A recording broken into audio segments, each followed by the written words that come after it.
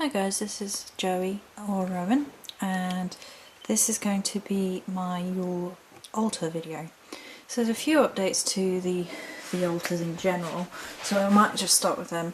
I moved my pentacle down here in between the two,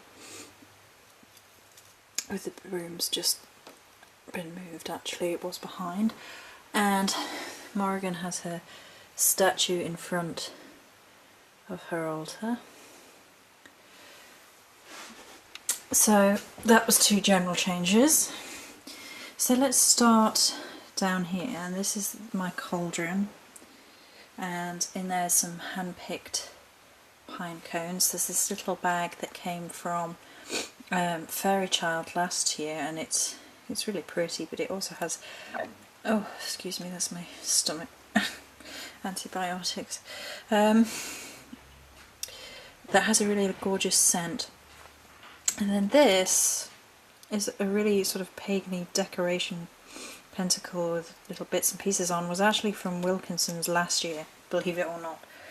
And then over here we have a sparkly stag and doe, purple sparkly and silvery glittery, representative of the god and the goddess.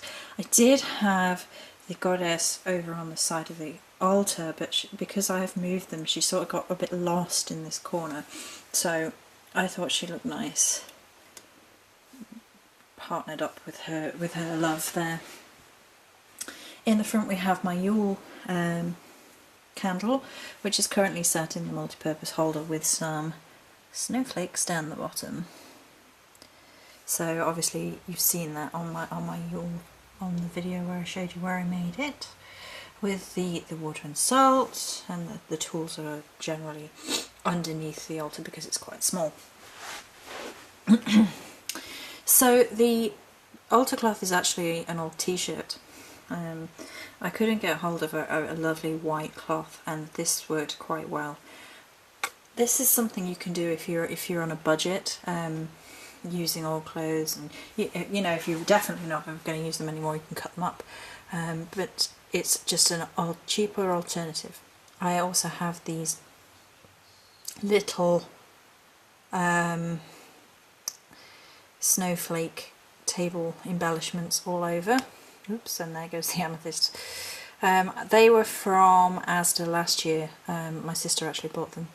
This was from Tesco last year, and they had similar but not the same versions, and it's like a mini Yule log decoration. It's actually 3 cinnamon sticks with tiny little pine cones and fake holly on, but I really like that as a little representation on my altar of the Yule log, which has a rich history behind it. And if I come out a bit, there we go, you can see that the candles are the green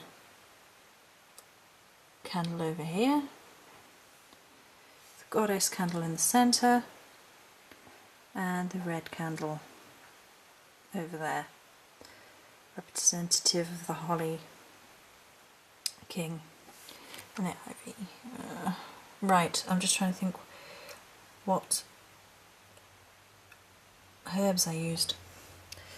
Okay, so there was a purification mix of salt, rose petals, chamomile, pine needles, hibiscus. Each side has a pine cone on. My brain is just not working because of the antibiotics, you'll have to forgive me. So yeah, there are 3 circles. A circle within a circle within a circle. I thought the imagery was lovely.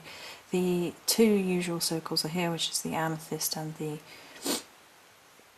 toadstool candles, and my little cauldron of power. But surrounding the goddess candle are these little tea lights, and they're sparkly, but they're not showing up very well.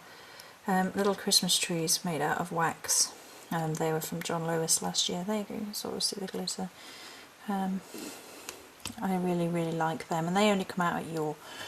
And the holographic candles, which you've seen before obviously, are 1 in each corner, 1 for fire, 1 for spirit, water, earth, Yeah. So, and we have the goddess picture at the back, obviously. So, that is, she says, moving things about, my Yule altar. I prefer the whites, the silvers, and those sorts of colours over the red greens. I just prefer it. So that's how I have it, because it's my personal representation of my relationship with divinity. So